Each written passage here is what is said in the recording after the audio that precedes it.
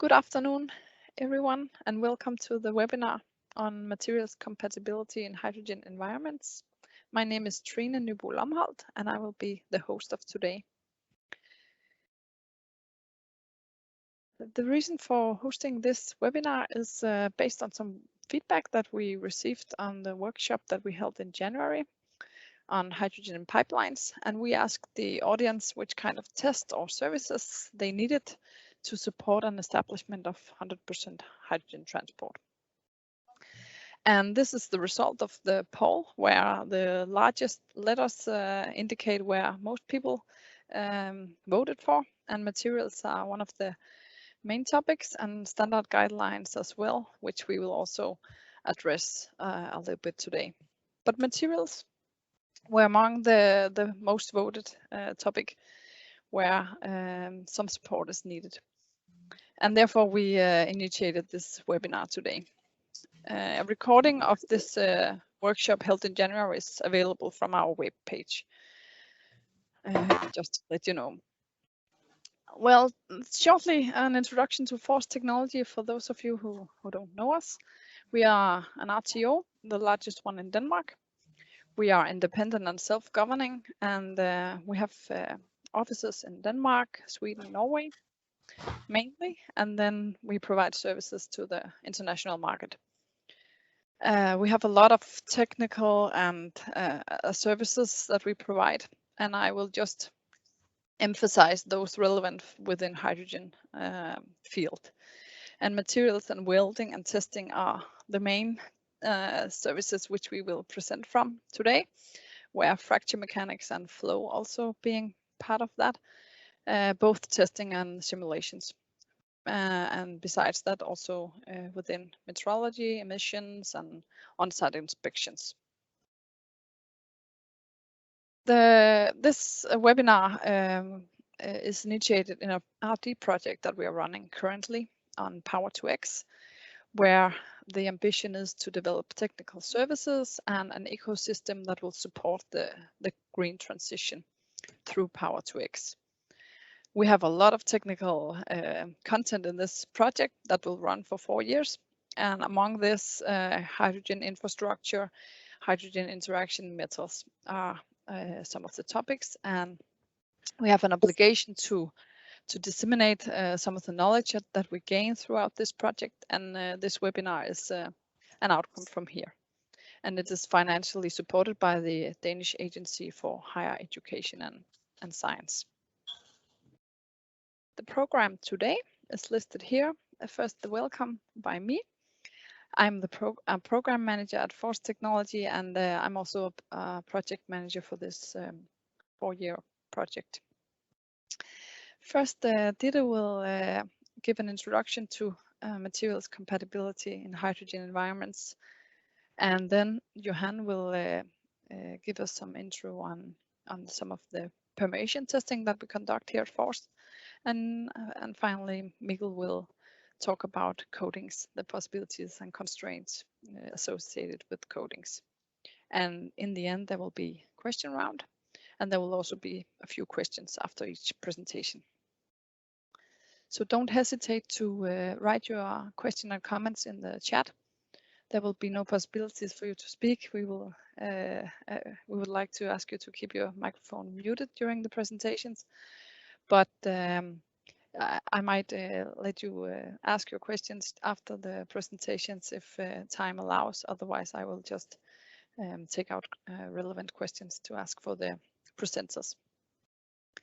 After the webinar, you will receive the slides and video recording of the presentations and a participant list. Now I will leave the floor to you, Ditte, for your presentation. Yes. Thank you.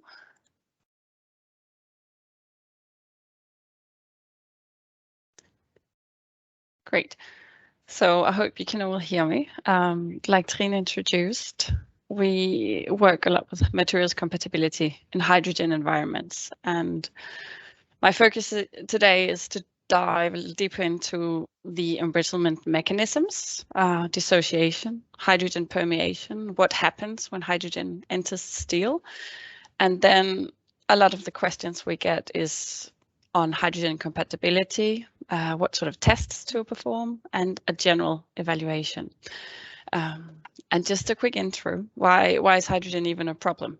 Well, this is a fracture in a bolt, but the general characteristics of hydrogen failures is they are rapid. You don't have a warning like a fatigue crack growing over time. Here you see a very, very small initiation site and then a final fracture.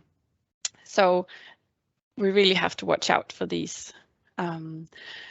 This is just to show, we see a lot of studies illustrating the embrittling effects of hydrogen. Here you have a tensile test specimen in air compared to one in hydrogen.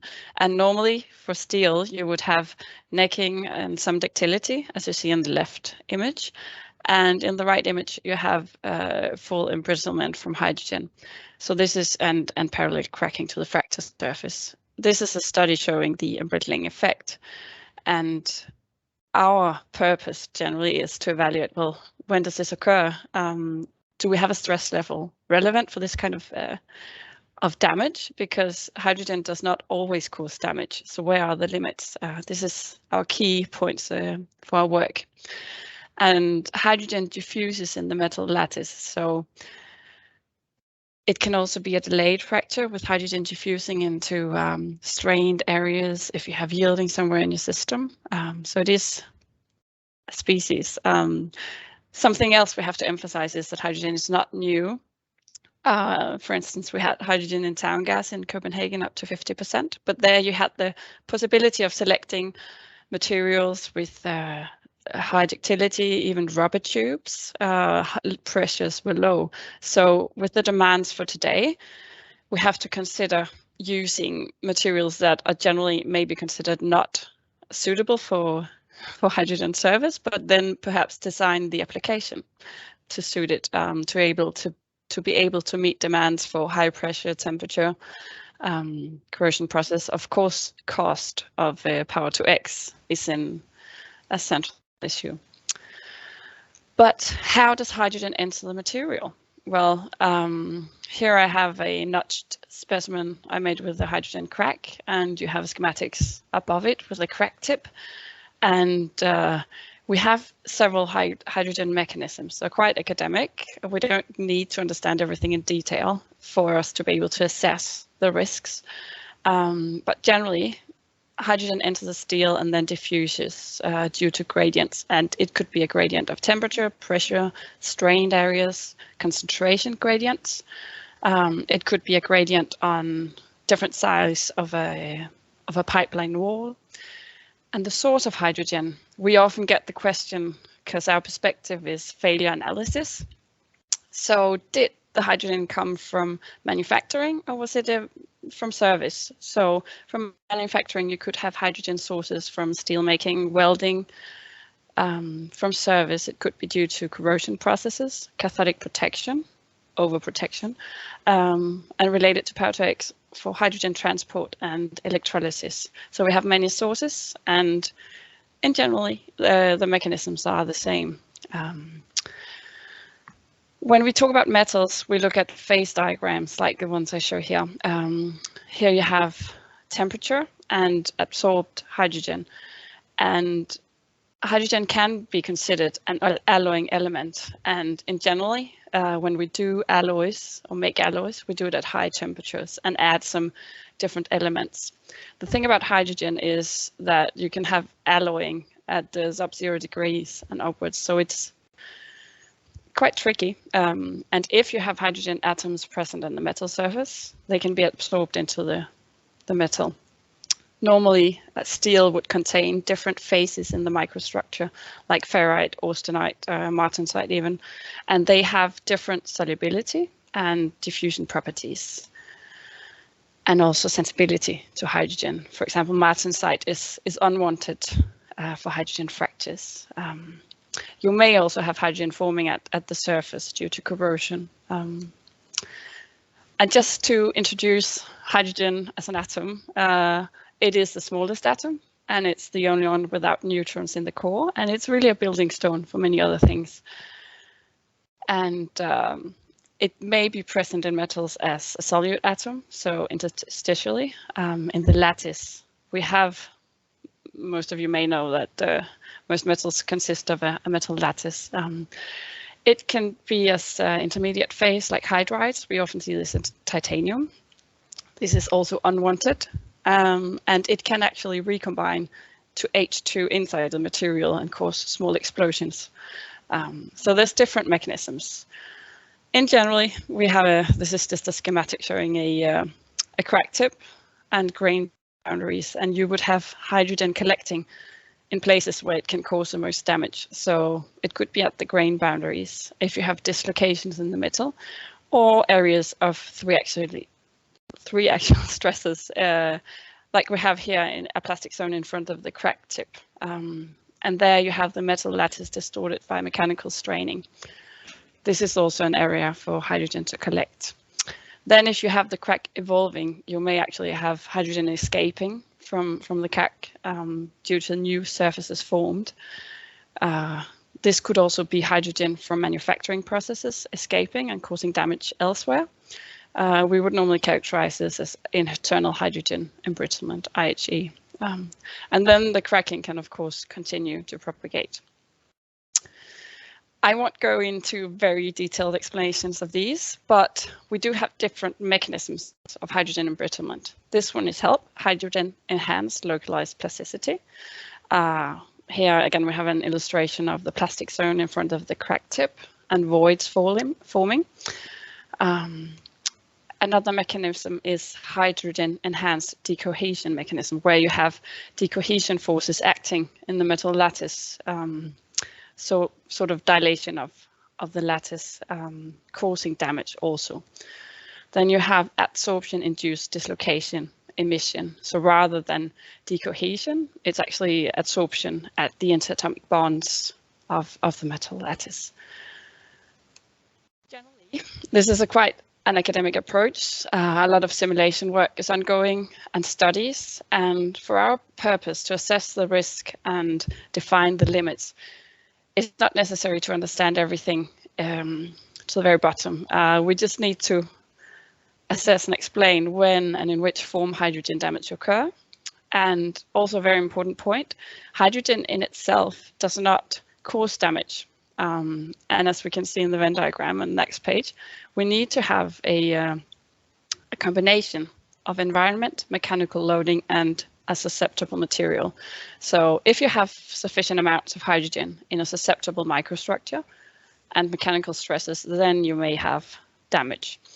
So if you have a very susceptible material, it may take less mechanical loading or a less severe environment to cause damage. Otherwise, if you have extreme hydrogen charging, then a less loaded specimen or component may actually be damaged. But will hydrogen actually enter the steel? This is also a question we get quite often, because if you take dry hydrogen gas, it's molecular, H2. And as I just tried to explain, we have atoms entering the metal lattice. So what happens? Well, we have dissociation at the surface. And again, there's a lot of work is ongoing in this area, but some of the driving forces for H2 to become atomic hydrogen is partial pressure, chemistry, available species at the surface, because hydrogen has high affinity for recombination due to the electron cloud with just one electron, like I tried to show. And the degree of dissociation depends on how much hydrogen is available. So if we have very high pressure, 100% hydrogen, you may have more dissociation at the surface than at lower pressures. Then we have species promoting uptake. This could be hydrogen sulfide, sour gas. If you have palladium, noble metals like gold would not recombine with hydrogen, so they have no affinity for recombination. On the schematics, you coming up, we have an oxide layer.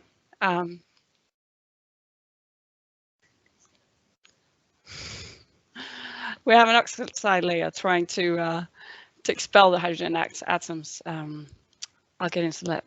Once the hydrogen atom is free, to move inside the atom, it will diffuse due to gradients, like I just tried to explain. This is just a quick visualization of a tube hydrogenated by NACE test solution, where we have a lot of hydrogen going into the steel. But even just after 24 hours in this glycerin test cup, we have a significant amount of hydrogen bubbles forming. They are collected. So yes, this is just an example of, yeah, it does diffuse through the steel. Discussions are ongoing on which species we can add or remove from the gas to promote or inhibit hydrogen embrittlement. So as I mentioned, we have the hydrogen sulfide to the right. Here we have the baseline of one as just pure hydrogen gas. You have hydrogen sulfide promoting the uptake significantly. Then you have water content, also maybe a factor in promoting the uptake.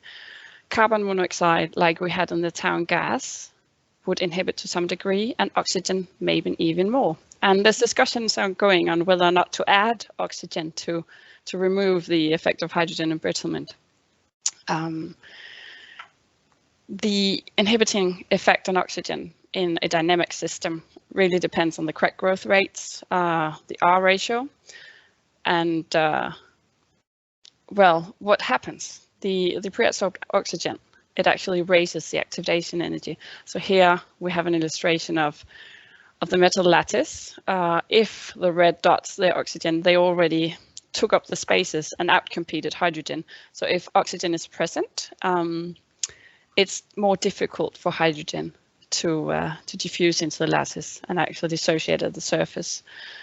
So it does have an effect. It raises the activation energy for hydrogen dissociation. Like you can see on the two curves, you have a higher peak here, higher activation energy. So it's more difficult for hydrogen to diffuse into the metal. However, there's more parameters to consider. If we take hydrogen and oxygen, and especially in electrolysis, it is very much a risk of evolving a detonating gas. So safety is a key issue. Another aspect is, well, at the design stresses, does it actually have an effect? Here to the right, we have a crack growth test where we have a steep curve, that is crack growth in oxygen. Then we have addition of, in hydrogen. Then we have addition of increasing oxygen levels, and we can see how the curve flattens, and really crack growth is almost inhibited. At the end, the curve becomes steep again, and that is where oxygen is removed. So that definitely shows the effect. However, to the left, we can see that at a lower stress intensity factor range, delta K, we actually see pretty much the same crack growth rates as in air, even though we have oxygen addition. And many systems are designed to be at delta Ks below 10. So oxygen additions may not have an actual effect. Then there's the thing about the R ratio that also has an impact. So it really does depends on many factors, and it is not just an easy yes or no question. We also have requests on humidity levels and the effect of humidity, especially our metrology department works with that. That is also a focus area for us to consider. And speaking of water, we have electrochemical charging, because once hydrogen enters the steel, the source of hydrogen, it really doesn't matter because the fracture mechanisms are the same. We've worked a lot with this. This is just a presentation of another study where they compared the 1980s pipeline steel with the new best practice steel. We have steel B, which is the new one, with very small grain size, little defects, and permeation testing was performed in this cell. It's a standardized Stefanathan cell that we also work with, where you have an electrolyte to measure the diffusion coefficient. And what they found was that, well, you have a much higher diffusion in the new pipeline steel, maybe because you don't have as many traps for hydrogen, because if you have a steel with many impurities, weld defects, or many places for hydrogen to hide and collect, then yes, then it may stay inside the metal and cause damage. So it is, of course, a measure of that. Focus here is on pipeline steels, but we are trying to define the weak spots. So very much focus on welds is our way forward. There is also the question of whether electrochemical charging is too conservative, because you get much more hydrogen into the steel compared to in a gas. These are some other studies. We've worked a lot with electrochemistry, we still do, cathodic protection. This is just a curve we've done a few years back, where we had the delta K at 25, so quite high. We have cathodic protection levels in the center. You have the potential here, and you have a crack growth rate. If we move to the left, you'll have corrosion. Of course, that is the whole point of adding CP, cathodic protection. It is to avoid corrosion. But if you increase or decrease the cathodic potential, you actually have hydrogen evolution. And we've seen a lot of damages from overprotection by cathodic protection, because you have so much hydrogen forming that it enters the steel. If it is an offshore construction at the seabed, there might be sulfate reducing bacteria, hydrogen sulfide, which increases the hydrogen uptake even more. And at the seabed, you may have oxygen-free or anaerobic conditions, which is also a bad thing. So again, hydrogen can enter in many ways, but the fracture mechanisms are the same. This is just a quick illustration of the same, mainly just to show that at certain cathodic protection levels, you may actually have deposits forming inside the crack, inhibiting crack growth at a certain point, but still, in the end, it may just continue as a fatigue crack. What we've done recently is trying to define the hydrogen sensitivity ratio. This was, we've done this multiple times, but this was a study of high strength balls, because it is a continuous discussion of the effect of thread manufacturing. When you roll a thread, you get a deformed zone with a high hardness. And what effect does that have? High hardness is not good when it comes to hydrogen embrittlement, but there are more aspects to this. Hydrogen is not easy. So I polarized the specimens to minus 1200 millivolts. This is considered overprotection, so trying to get as much hydrogen into the specimens as possible. I just see water as electrolyte, and then it was a static stepwise loading, so increasing the load in steps. This is just quickly to show that a comparison between rolled and cut threads showed hardnesses of a surface hardness above 400 in the rolled deformed zone in the thread root, and the cut thread a bit lower, but still very high. It was 10.9 volts, so so about 360, 370 vigors, much higher than allowable hardnesses in pipeline steels or welds or related issues. The hydrogen sensitivity ratio was calculated. We had a load cell applied, and the general view was that they were not very hydrogen sensitive, actually. The roll thread were actually a bit less sensitive. And examining the specimens, I found that here we have a cross section of a thread showing cracking in the surface layer. The white area is the deformed, the very hard layer, and we actually have crack blunting once the cracking reaches this laminar structure formed by the rolling process. So it is not black and white. We can have high hardness, but if you have a laminar effect like this, it may actually inhibit crack growth to some extent. This is just some scanning electron images showing that cracking is primarily limited to the surface.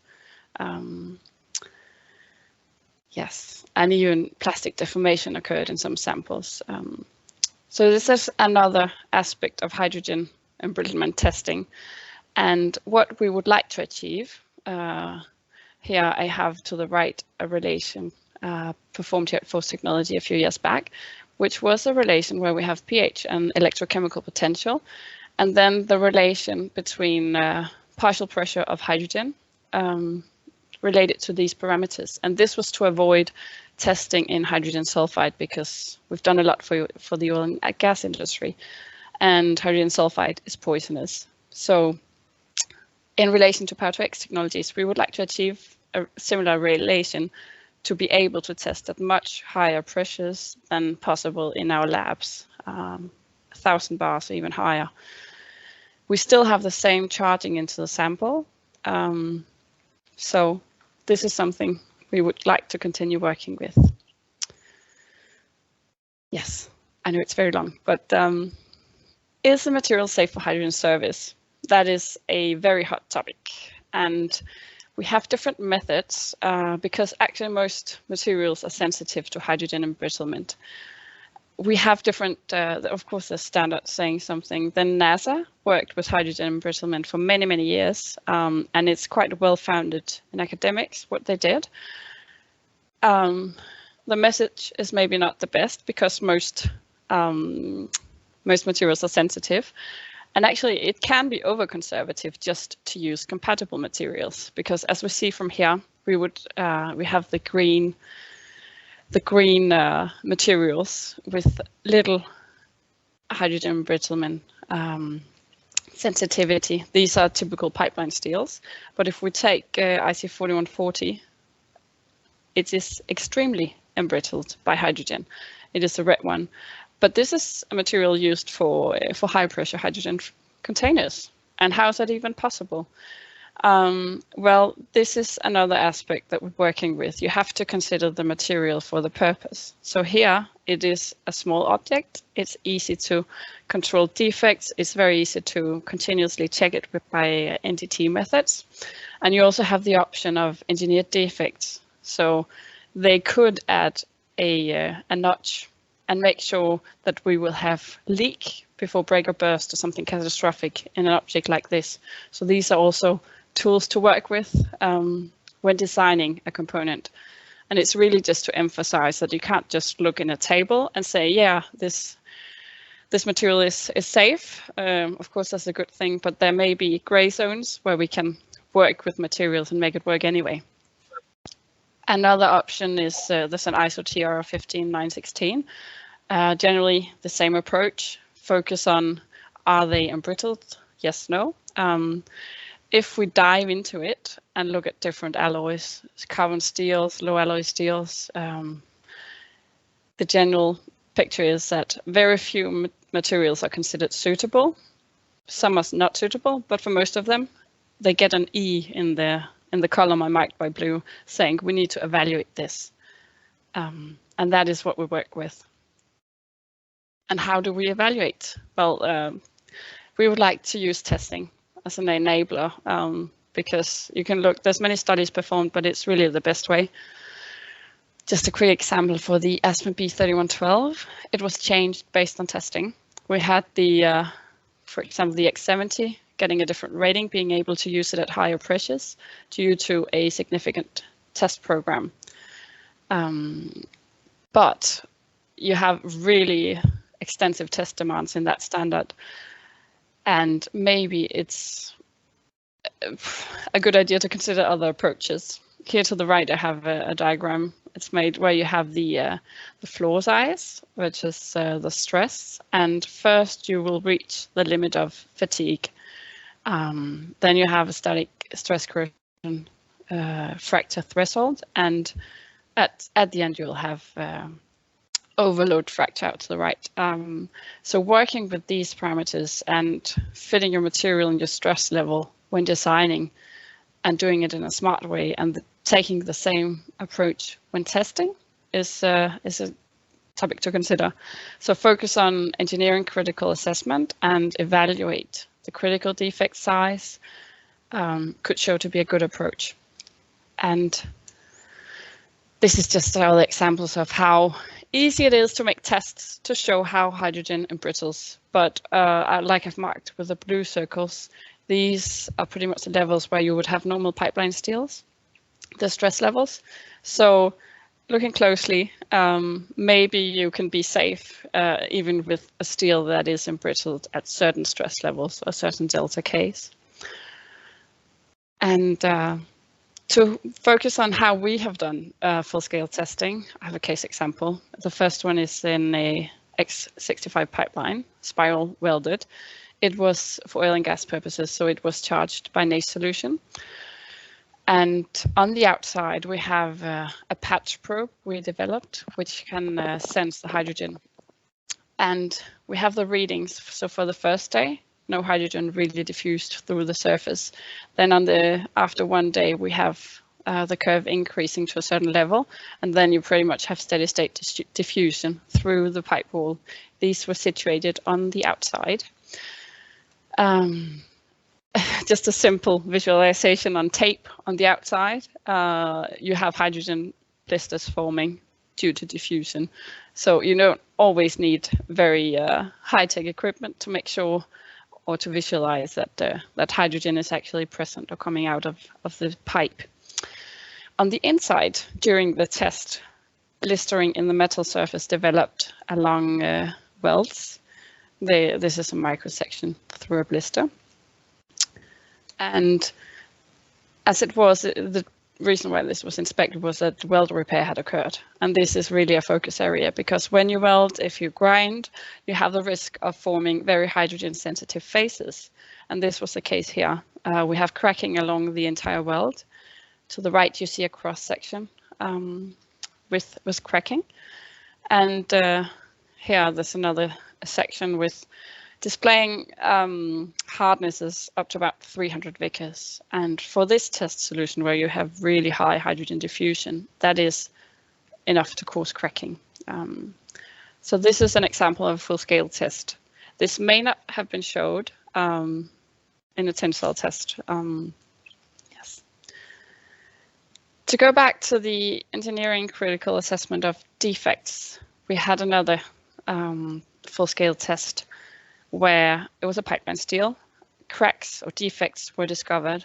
There's a weld to a crack, as you can see to the left in the schematics. You have the anticipated crack path, and to the right there's a cross section showing this this actual defect with the weld metal to the left.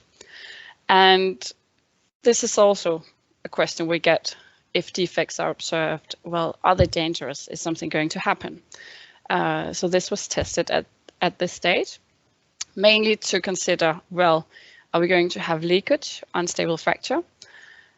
Is cracks going to grow from this defect? And will it, well, if not, then is it going to reach a critical size within the lifetime? Because you can allow cracks to a certain level, but if they get big enough, they will start to grow. For example, like a fatigue crack.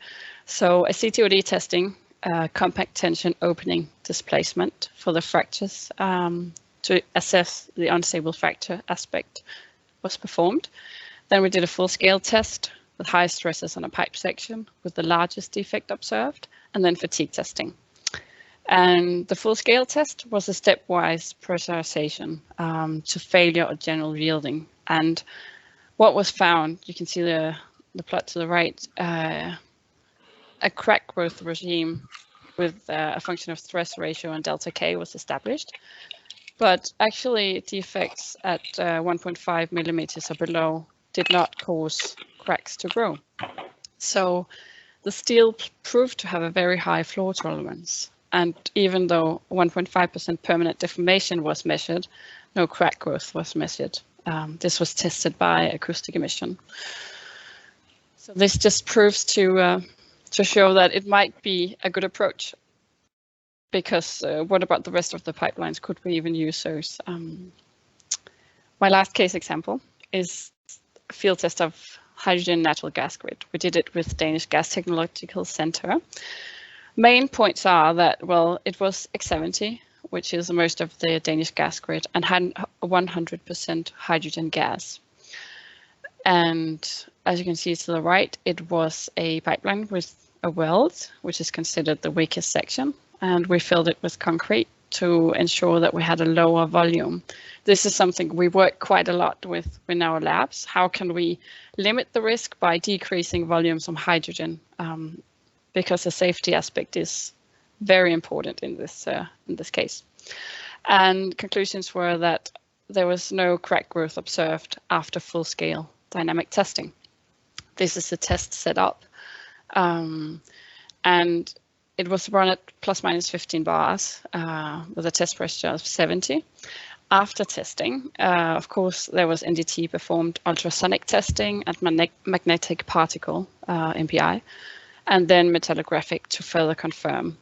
This is also something we quite often do because you may have signals from the NDT methods, but it's just to confirm what the signal actually is. And like the assessment of the defect, we looked around the wells because this is where you would normally have cracks developing. And as you can see from the sections, nothing was observed. So this was a good thing. And the general evaluation was that maybe we don't see a problem in putting hydrogen into the gas grid. So our main target here for Signals is, of course, to look at where do we see risks of damage and defects developing, and focuses on stresses, the material, and of course the environment. And we see wells as a focus point for our work. And I know it was a very long presentation, so just to sum up, yes, hydrogen does enter the steel to some degree, but it doesn't necessarily cause damage, and we need qualified evaluations to consider this. And we have different parameters affecting hydrogen diffusion, dissociation at the surface. We may work with species inhibiting this, but again, it is not a simple yes/no question. The same goes for the hydrogen compatibility of materials. You need to evaluate the whole design. You can't just say if a material is suitable. Well, for very few materials, this is true. And the possibility of electrolytic charging is something we work with. And from our case examples and general experience, we really recommend to assess the entire, what happened? Damage scenario.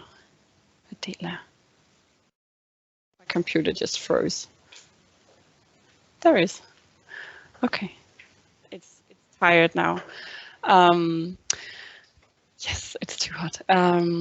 Force a test focus for future, because as Trine mentioned, this is a 4-year project going on, and we have many other activities within hydrogen and Power-to-X. We focus from here on our fracture mechanics testing in environments and gas mixtures, hydrogen, and we perform full-scale function and component testing. And then we really think that permeation testing is very important, and my colleague Johan will get into this. And we also work with other relevant tests for electrolysis and Power-to-X technologies, ammonia. And we look forward to presenting many more results to you once we're a bit further in this project. So thank you so much. I had a video. I'm not sure if the computer is just tired. From the full-scale test that we did perform. Otherwise, you'll get the link.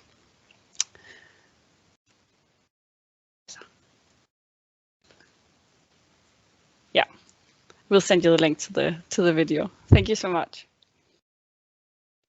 Thank you very much, Ditte. Now that you mentioned the full-scale test, there was actually a question on that, whether the defect was on the inside or the outside. The observed defect, it was on the inside. Okay. Then there was an early question which was probably addressed during your presentation, but I will put it anyway.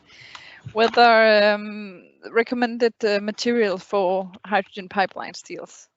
It's an open question, but maybe you can just comment on yes, in general, what to consider. The lower strength, the less susceptible.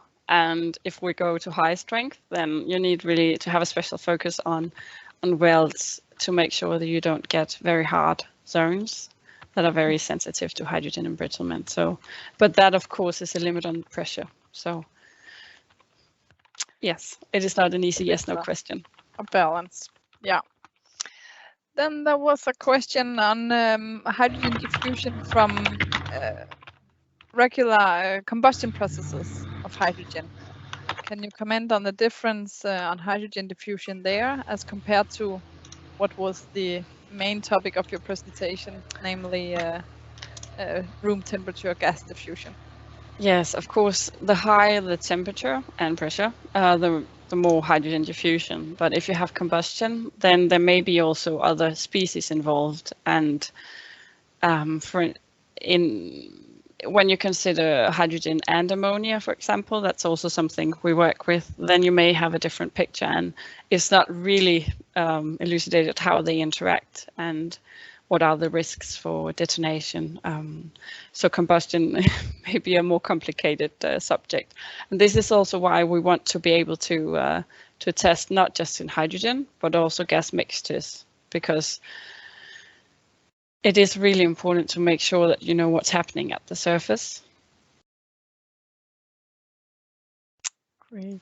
Then there was also a question on if hydrogen diffusion from electroplating processes.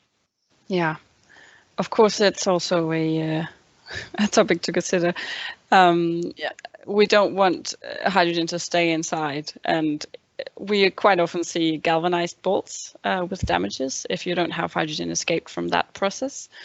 There's a bake-out process to follow, but it doesn't always happen at the manufacturer. And the same goes for general electroplating. It's not, we don't perform electroplating as such here in our labs.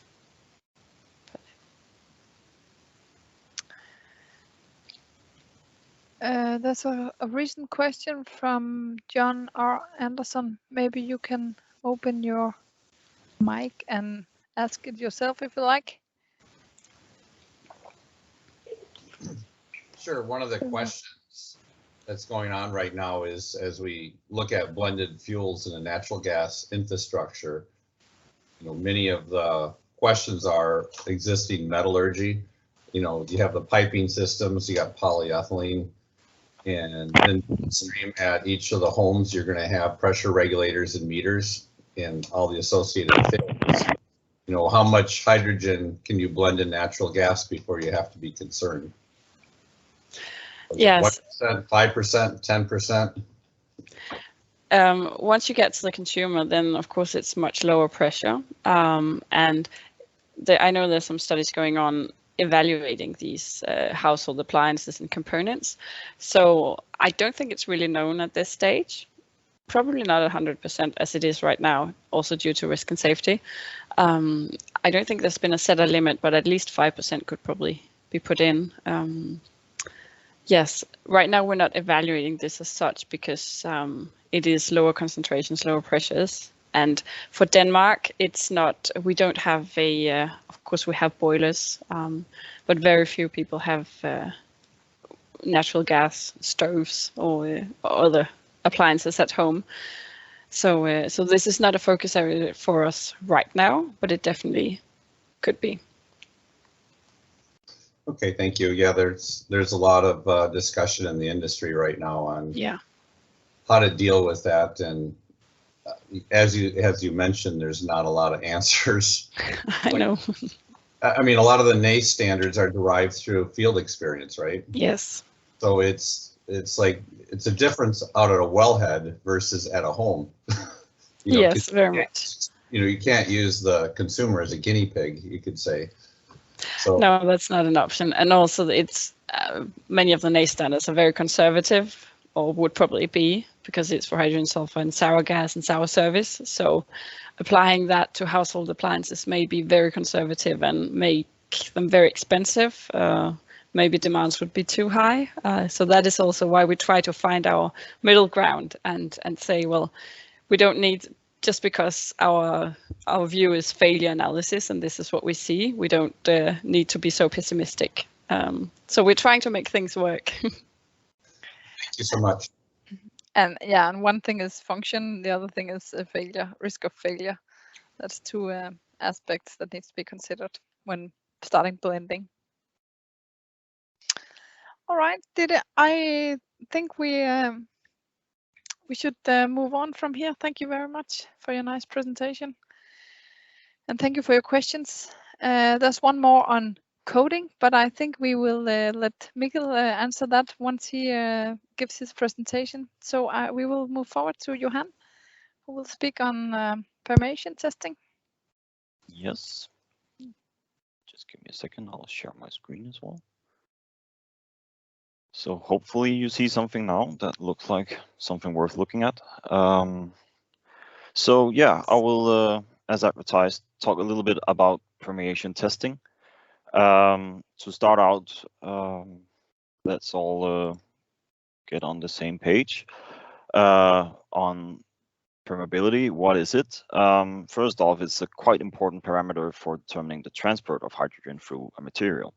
It is actually the sum, or not the sum, it's the product of the diffusivity and the solubility. So what is done when you're testing to determine this is that you normally just have a disk of material that you then pressurize with hydrogen from one side, which is the upstream, and then you see how much goes through. And once you reach a steady state of flux, you use that data to determine your permeability. There is a little kicker in this, because when you're calculating the flux, then your fugacity of the activity of your gas, it will depend on the pressure, but it will also depend on whether it's a material or it's a polymer, and that is something to do with how the hydrogen can travel through the material, basically. But I think we will talk a little bit more about that, but essentially just means that when you look at permeability for a metal, it's not having the same unit as a polymer permeability, but then when you convert them into flux, you will have the same units, but then you will see the difference. Permeability varies depending on the material. Here is just metals, all shown at 293 degrees Kelvin, which is 20 degrees Celsius. And what we see here is that we have the iron has the highest, and then the 300 series, like IC 304 or 316 stainless steels are significantly lower, and then we have the oxygen-free copper as one of the even lower.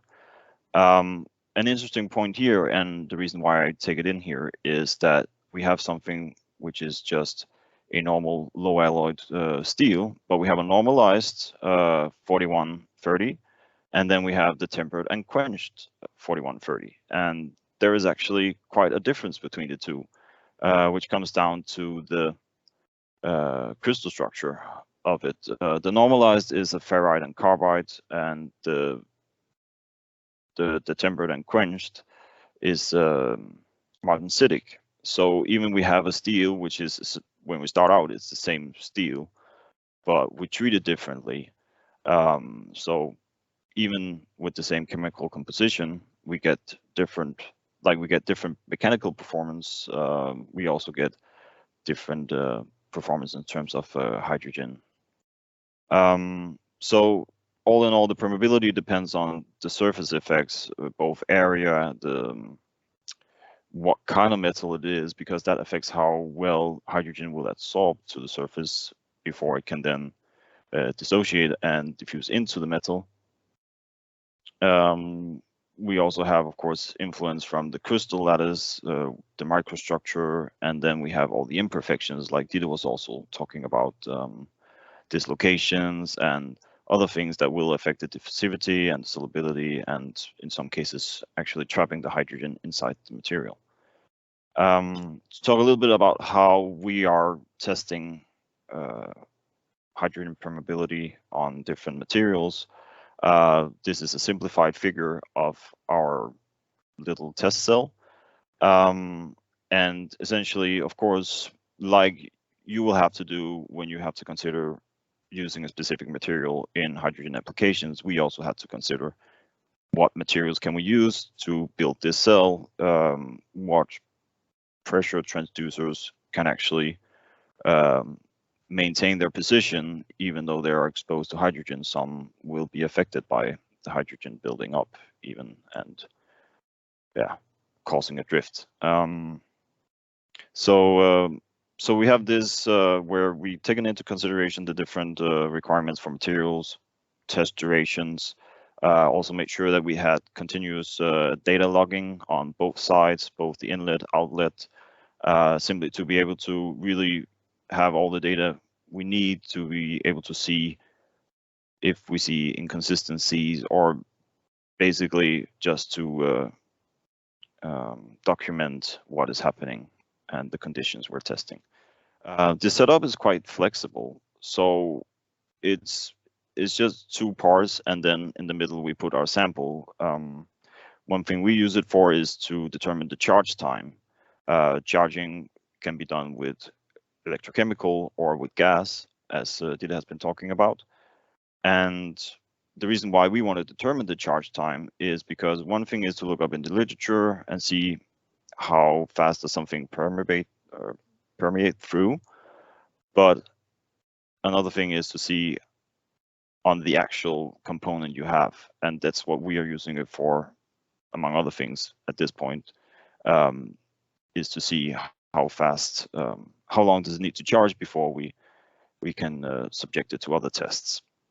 And yeah, it basically gives you the ability to, or the possibility to investigate different effects on permeability. That can be coatings, or it can be just simple like heat treatments or mechanical working on different metals. One thing we took into consideration when designing this is to create as small a volume as possible where we need to have the gas, because with a smaller volume, we can test with higher pressures without it being too dangerous. And when you like, the more safety you need, the more costly things get, basically. Yeah, so I already been sort of touching on this, but we do this because we want to do the right kind of testing for the purpose.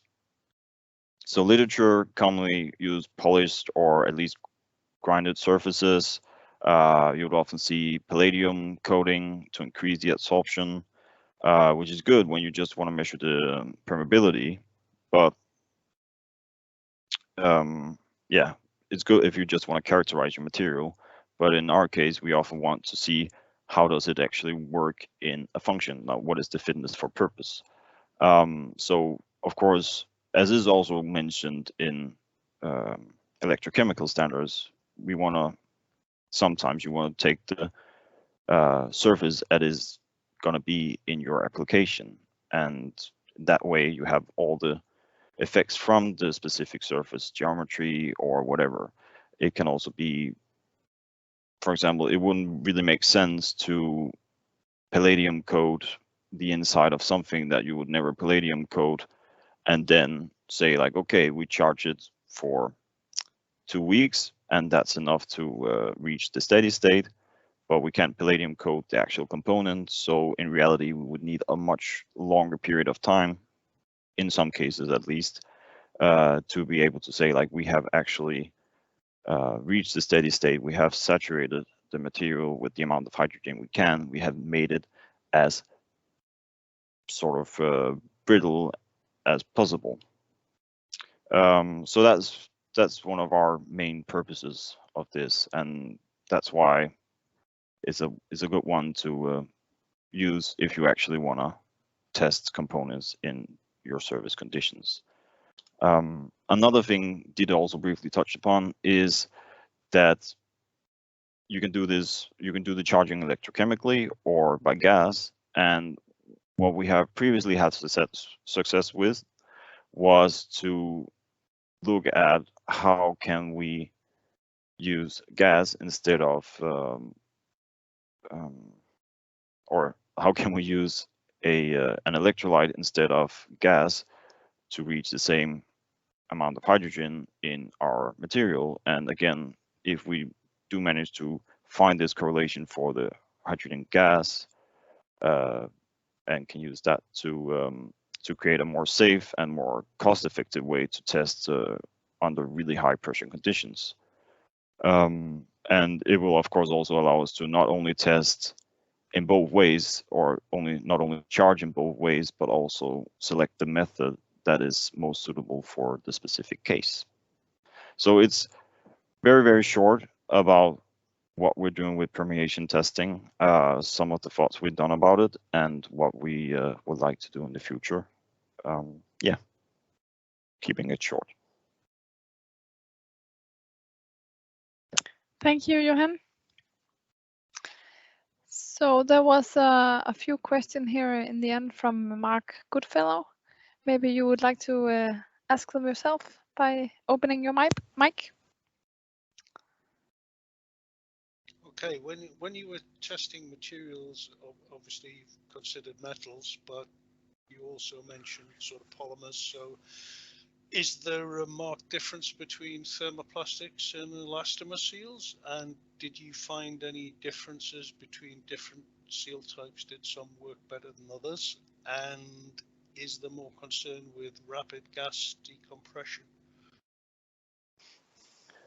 I am gonna have to say that this is a question more suitable for Mikkel, who will follow up with specifically polymers and coatings. Yeah, but Mikkel, you're welcome to. Yeah, to I can answer that. We are not as far in our testing right now of polymers. We are only in the small beginning, so to speak. But for sure there is a difference between different types of elastomers and also thermoplastics. And one of the main risks is of course rapid decompression. And that's more not so much the diffusion through the polymer itself, but more the solubility of the gas into the polymer that's a problem. Okay. Does that relate to the pressure the hydrogen's at? Yes, it does. Yeah. Okay. So is there a cutoff point in terms of pressure where you become very concerned about? Not as at the present. I mean, the biggest problem is actually the pressure difference that you can have in your system. That's our main concern. Okay, thank you. But of course, the higher pressure, the bigger the problem. I understand. Yep. Normally, as a rule of thumb, in normal natural gas systems, in an ASME 600-pound system, it's when you start to worry about it. But I just wondered if the hydrogen was remarkably different. I don't think it is actually, but it's a little too early for us to say. We need to do some tests. Okay, thank you. Yep. I just have a quick remark. Also, another reason why we established this test is because when we do full-scale testing, of course, we can look at literature. How long should we charge with hydrogen gas to make sure that everything is saturated, and we can't be questions after the test. Well, if there's no difference between a test in hydrogen and a test in air, was that because we didn't charge fully, or is it actually the result? So it's to be able to investigate this even more. But yeah, Mikkel, let's go on. Yeah, I'll try and see here if I can get my presentation started. Just 1 second.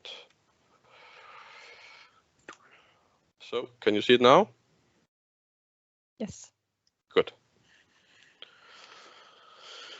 Okay, I'm going to talk a little about coatings and elastomers in hydrogen environments. And first of all, I'm going to start out with the polymer challenge in hydrogen. So if you have a look on the models on the right side here of this presentation, you can see a model of thermoset polymer and amorphous thermoplastic polymer and semi-crystalline thermoplastic. And basically, the easiest way to view these polymers is like if you imagine a bowl of spaghetti and you have a lot of these molecular chains mixed in along with each other, and some of them, if they are thermoset, they're cross-linked, they're tied to each other, and the other two instances, they are more or less ordered together. The problem, you can say, with the polymers is that they are more loosely structured than metals, so there are more room between the molecular chains than you have in a metal lattice. So there's microvoids, and you can have gas diffuse into the microvoids much more easily than in a metal. Besides that, that you typically define a polymer by its polymer backbone. There's of course a lot of other stuff in polymers. They're compounded. If you take an elastomer, you have antioxidants, you have fillers, you have strengthening fillers in there. You can have, of course, pigments. And if you look at coatings, you can also have, flow enhancers, something to help the curing, and so on, wetting agents.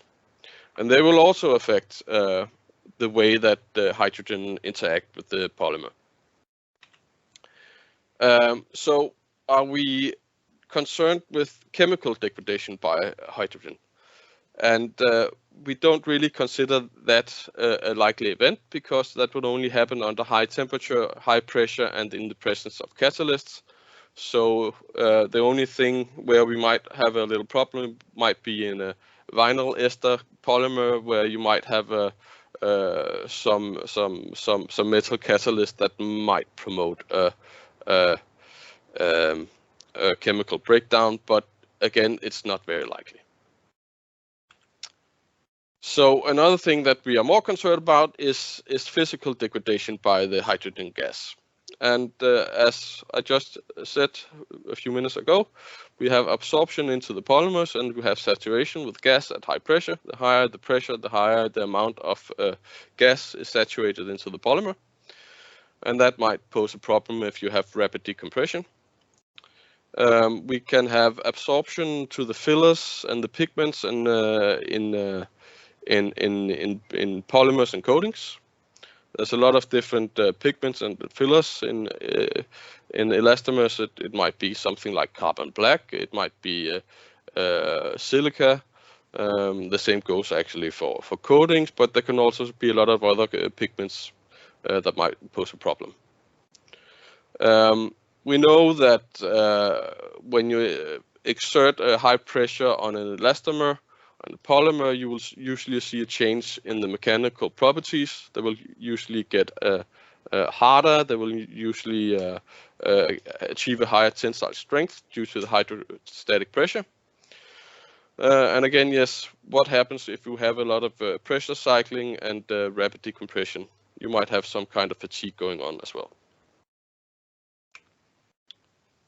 So we had some questions about the permeation and gas flux in polymers, coatings, and as Johan told us, we cannot really compare the permeation coefficients directly, because in metals the hydrogen permeates as a single molecule hydrogen.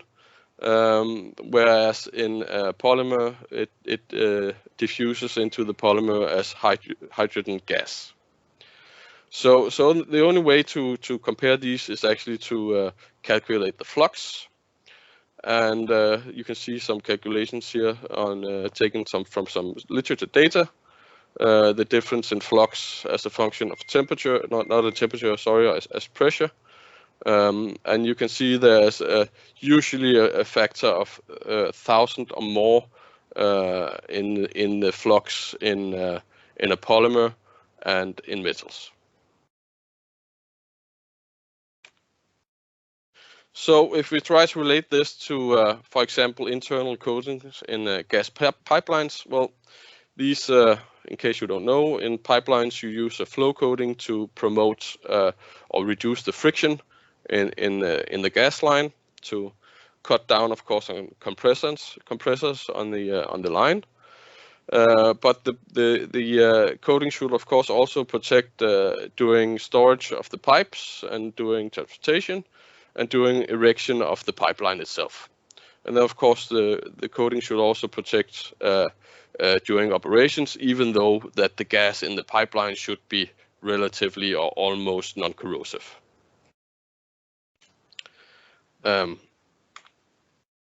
So if we have a look at this pipeline again, and we have a look at the flux coming from the hydrogen pressure gas in the pipeline, I mean, we have a relatively thin coating, and we have hydrogen diffusing through this coating, and as long as the flux through this coating is larger than the flux that will be through the metal, well, then the coating won't really offer that much of diffusion resistance or decrease in diffusion into the steel, so it will not really offer any protection to the steel. Of course, if you're looking at a diffusion process of hydrogen that involves electrochemical diffusion, that might be something like hydrogen sulfide gas, or if you have CP on the outside, of course, a coating will protect against this, but it will not really protect against the high pressure gas diffusion.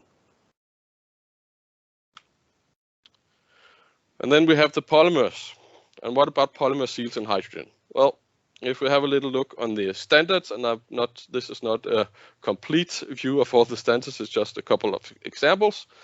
If you have a look on ISO 11114, part 4, and that's materials for cylinder valves for hydrogen tanks. Well, if we have a look on these elastomers and plastics that they say that you can use, well, they say that most of them are acceptable, but again, it all depends on testing. If we have a look on ISO 15916, again, there are some recommended or suitable polymers, and basically they say all of the polymers are suitable except Viton that needs to be evaluated. But again, these are only recommendations, and I will show you later in this presentation that it all depends on what you have, for example, for fillers inside these things. And if you also have a look at the NORSOC M710, this is of course for offshore testing and qualification of sealing materials. Well, they have some. They actually say you have to qualify your components, and you have to do this with pressure cycles up to 30 times. So they actually recommend testing in this standard, even though I know this is not for hydrogen, this is for offshore use, but still we can have a look to this standard as well. So here's an example on hydrogen uptake in two model polymers, two model elastomers, in BR rubber and EPDM rubber, that was modeled for this specific purpose. So everything was controlled in these two elastomers. Actually, they are formulated so that the durometer hardness is the same for each subtype here, with different amounts of fillers. And the fillers are carbon black and silica. And in some of them, they also put in a plasticizer. And you can see as you increase the pressure, of course, the hydrogen content will increase in these polymers or elastomers. But it also depends to some degree on whether they are unfilled or if they contain a plasticizer. And how much hydrogen is 2000 weight percent part per million here? Well, if you imagine you have 1 cubic centimeter of rubber weighing around 1 gram, then 2000 ppm will actually, if you calculate that to free gas at atmospheric pressure, that would be several milliliters of hydrogen gas that it will be stored inside the elastomer. So of course, if you make a rapid decompression, you will have a problem.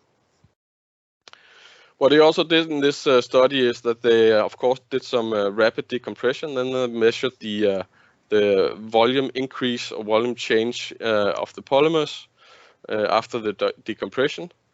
And as you can see on the graph on the right, the higher the pressure the higher the start pressure, saturation pressure, of course, the higher the volume change because of the higher hydrogen content in the polymers. But you can also see that, for example, something as plasticizer have a really marked influence on how the volume change is on the elastomer. So, of course, what we would propose, if you want to evaluate coating or elastomer for service, then because of all the unknowns and all the different contents and compounds inside these products, you will need to qualify them for service. And if we have a look at the friction coatings, well, there's actually a test for this in this test standard, where you are supposed to do 10 pressure cycles up to 100 bars, but you use nitrogen gas. And of course, if you use another gas, it will be markedly different results.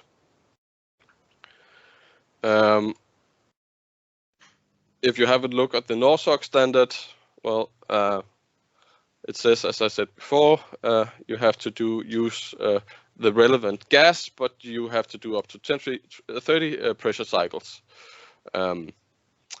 And in neither of these standards, you will find that they are specified for hydrogen. And if you have a service condition where you have a lot of rapid pressure transients, like, for example, a fueling or dispensing situation, you will have to consider a lot more test cycles than just 10 cycles or 30 cycles. And if you have a look on a typical example of a pressure damage, rapid decompression damage on a seal, here is a micro CT from one of the elastomers from the previous slides. No, this is a Viton A. You can see that this has a lot of cracks due to the rapid decompression, due to all the gas that has been in solution inside this polymer. But what you can also see is that there's voids around the fillers in the elastomer, so the fillers will have an influence on how things perform as well. So what we are looking into in our little research project for the next 4 years is that we want to establish a setup for rapid decompression testing, both of coatings and elastomers.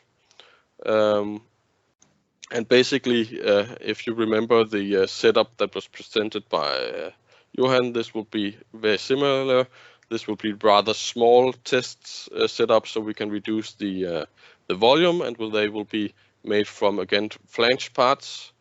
And they are supposed to be so that we can both place small coated samples as well as ring O-rings and elastomer seals and test them. That's that for me. Any questions? Thank you, Mikkel. There's a question that's not really addressed to you, so I guess the rest of the colleagues can just support that answering. But about hydrogen embrittlement of titanium. I had the compatibility tables and different approaches, and we have the ISO TR 5916.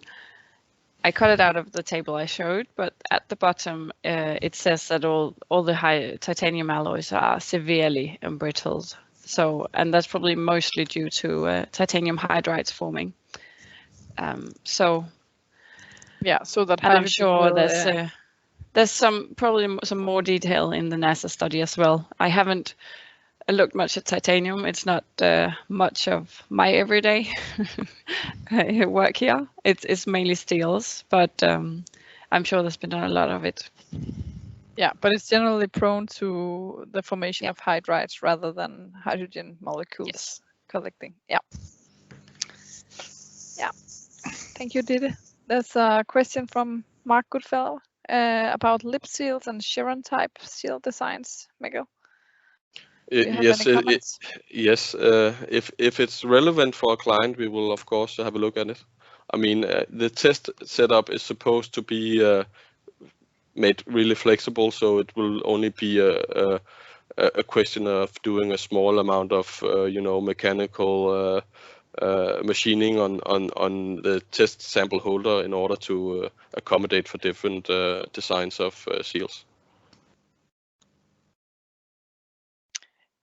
You are welcome to raise your hand. I have one more question that's for everyone of the presenters, but just raise your hand while they answer the next one if you like.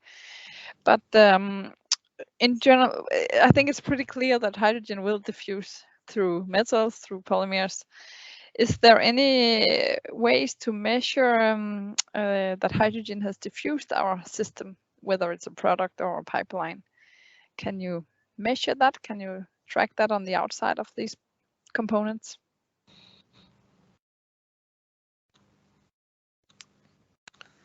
Does any of my colleagues know about that? Yes.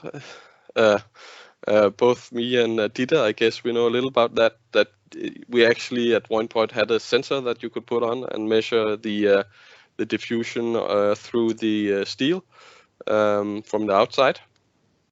And so as long as you still have diffusion going through or the flux going through the steel, you should be able to measure it. Yes. Okay, thank you. And it seems like there's no more question from the audience. Otherwise, you are welcome to raise your hand now. Otherwise, I think the webinar has come to an end soon. Any last questions before we round off? It seems not. Then I think we'll just thank you three presenters for your presentations. It must have been really clear what you said. But thank you very much, and we will forward presentations and slides for you all for afterwards. And you are very welcome to contact us if you need any further or needs questions to be answered. Good, but well, thank you very much.